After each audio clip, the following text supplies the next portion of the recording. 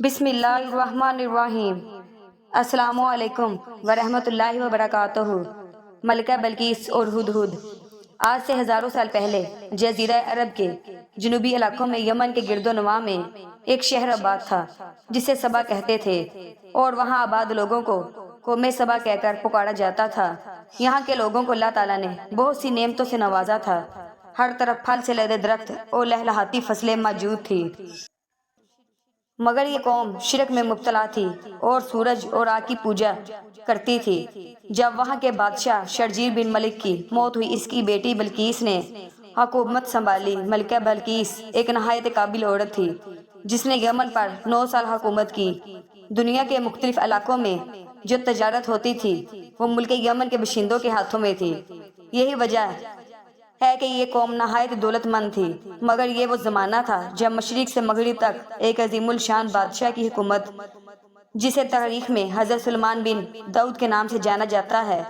حضرت سلیمان علیہ السلام کی حکومت دنیا کے بیشتر ممالک میں تھی، جس کا دارالخلافہ یروشلم شہر تھا۔ آپ کو ہوا، جنات، چرند پرند اور جانوروں پر حکمرانی کی گئی تھی۔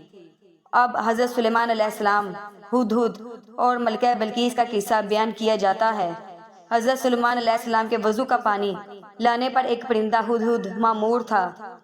ہدہد دربار سلیمانی کا خاص خدمتگار تھا، اور وہ حضرت سلیمان علیہ السلام کے وضو کے لیے جنگل میں جہاں کہیں بھی پانی ہوتا تلاش کر کے لاتا تھا۔ ایک دن حضرت سلیمان علیہ السلام اپنے تخت شاہی پر بیٹھے ہوئے تھے۔ ان کے سامنے رایا بڑے ادب و احترام سے کھڑے تھے۔ دربار میں مکمل خاموشی تھی۔ جنوں پری، چرند پرند میں سے کسی کی ہمت نہ تھی کہ منہ سے ذرا بھی آواز نکالیں۔ اچانک حضرت سلیمان علیہ السلام نے چاروں طرف دیکھ کر کہا، میں اپنے سامنے ہدہد کو موجود نہیں پا رہا۔ کیا پرندوں کی کثرت کی وجہ سے نظر نہیں آ رہا یا دربار سے غیر حاضر ہے؟ سب نے ادھر ادھر دیکھا مگر ہدہد دکھائی نہ دیا۔ حضرت سلیمان علیہ السلام نے کہا، معلوم ہوتا ہے کہ ہدہد دربار سے غیر حاضر ہے۔ میں اسے اس کوتاہی کی سخت سزا دوں گا، بلکہ ذبح کر ڈالوں گا جب تک وہ اپنی غیر حاضری کا کوئی اہم وجہ پیش نہ کرے۔ ان کے لہجے میں سختی بھی محسوس کر کے ہر طرف خاموشی پھیل گئی، اور سب کو ہدہد کے متعلق ایک دوسرے سے پوچھنے لگے۔ ہدہد کا خیال تھا کہ وہ حضرت سلیمان علیہ السلام کے وضو کے وقت تک دربار میں پہنچ جائے۔ اس نے سوچا، کیوں نہ آج میں بلند پرواز کر کے دنیا کا نظارہ کروں۔ چنانچہ اس نے اونچی اڑان کی اور اسے ملکہ بلقیس کا باغ دکھائی دیا۔ وہ باغ میں اترا تو وہاں ایک ہدہد کو پایا۔ ہم جنس ہدہد نے ہدہد سلیمانی سے پوچھا، تم کہاں سے آئے ہو؟ میں ملک شام سے حضرت سلیمان علیہ السلام کے پاس سے آیا ہوں، ہدہد نے بتایا۔ حضرت سلیمان علیہ السلام کون ہیں؟ ہم جنس ہدہد نے سوال کیا۔ ہدہد سلیمانی نے جواب دیا، وہ اللہ کے پیغمبر اور تمام انسانوں، جنوں اور شیاطین کے بادشاہ ہیں۔ تمام چرند پرند حضرت سلیمان علیہ السلام کے تابع فرمان ہیں۔ لیکن تم کہاں کے رہنے والے ہو؟ ہدہد بولا، میں اس شہر کا باسی ہوں، اس ملک پر ملکہ بلقیس حکمران ہے۔ ہدہد نے کہا، تمہارے بادشاہ کا ملک بہت بڑا ہے، لیکن ہماری شہزادی بھی ملک یمن کی حکمران ہے۔ اگر تم چاہو تو میرے ساتھ چلو، میں تجھ کو ملک کی سیر کر آؤں۔ ہدہد سلیمانی نے کہا، نہیں نہیں، میں نہیں جاؤں گا، مجھے لیٹ نہ ہو جائے، کہیں حضرت سلیمان علیہ السلام کی نماز کا وقت نہ گزر جائے، کیونکہ وضو کے وقت حضرت سلیمان علیہ السلام مجھے یاد کریں گے، اور اگر میں نہ پہنچا تو مجھ سے ناراض ہو جائیں گے۔ بلقیس کے ہدہد نے کہا، اگر تم ہمارے ملک کا کوئی تحفہ اپنے دربار لے جاؤ تو اپنے بادشاہ کی خدمت میں پیش کرنا، تو مجھے یقین ہے وہ کبھی ناراض نہیں ہوں گے۔ اس وجہ کو اہم سمجھ کر ساتھ چل پڑا اور ملک سبا کی سیر کی، اور نماز عصر کے وقت دربار میں پہنچا۔ ہدہد کو جب واپس دیکھا تو حضرت سلیمان علیہ السلام نے غصے سے پوچھا، اے ہدہد، تو کہاں غائب ہو گیا تھا؟ ہدہد نے سر جھکا کر التجا کی، اور ہدہد نے کہا، حضرت، بے شک میں قصوروار ہوں، آپ مجھے معاف کر دیں۔ حضرت سلیمان علیہ السلام نے ہدہد کو معاف کر دیا اور اس سے دیر سے آنے کی وجہ پوچھی۔ ہدہد نے بتایا کہ حضور، میں ایک ایسی بات معلوم کر کے آیا ہوں جس کا شاید آپ کو علم نہ ہو۔ میں ملک یمن کی سیر کر کے آیا ہوں۔ ہدہد نے کہا، اور وہاں کی حکمران ایک عورت ہے، جسے ملکہ بلقیس کہتے ہیں، وہ 30 گز لمبے چوڑے اور جواہرات سے بنے تخت پر بیٹھی ہے جو سرخ رنگ کا ہے۔ تخت کے پائے یاقوت اور زبر جد سے بنے ہوئے ہیں۔ اگرچہ ملک سبا کے لوگوں کو اللہ تعالیٰ نے زندگی کی ہر قسم کی آسائش مہیا کی ہے اور ہر قسم کی نعمتوں سے مالا مال ہے، لیکن اللہ تعالیٰ کی وحدانیت کے منکر ہیں۔ ملک سبا کی ملکہ اور اس کی رایا اللہ کے علاوہ سورج کی پوجا کرتی ہے۔ شیطان نے ان کے برے اعمال کو ان کی نگاہوں میں اچھا کر دکھایا ہے اور پوری قوم گمراہی کے اندھیروں میں ڈوبی ہوئی ہے۔ ملکہ بلقیس کا حال سن کر حضرت سلیمان علیہ السلام نے ہدہد سے کہا، ہم ابھی تمہاری سچائی کا امتحان لیتے ہیں۔ حضرت سلیمان علیہ السلام نے ملکہ بلقیس کے نام ایک خط تحریر کر کے ہدہد کے حوالے کیا اور حکم دیا کہ وہ ملکہ بلقیس کو یہ خط پہنچا آئے۔ خط لے کر ہدہد اڑتا ہوا ملکہ بلقیس کے محل پہنچا۔ ملکہ اس وقت اپنی خوابگاہ میں سو رہی تھی۔ ہدہد روشن دان کے راستے کمرے میں داخل ہوا اور حضرت سلیمان علیہ السلام کا خط ملکہ کے سینے پر رکھ کر واپس آ گیا، اور ملکہ جب اٹھی تو خط دیکھ کر پریشان ہو گئی۔ اس نے خط پر حضرت سلیمان علیہ السلام کی مہر لگی دیکھی اور پھر اس خط کو کھولا اور پڑھنے لگی۔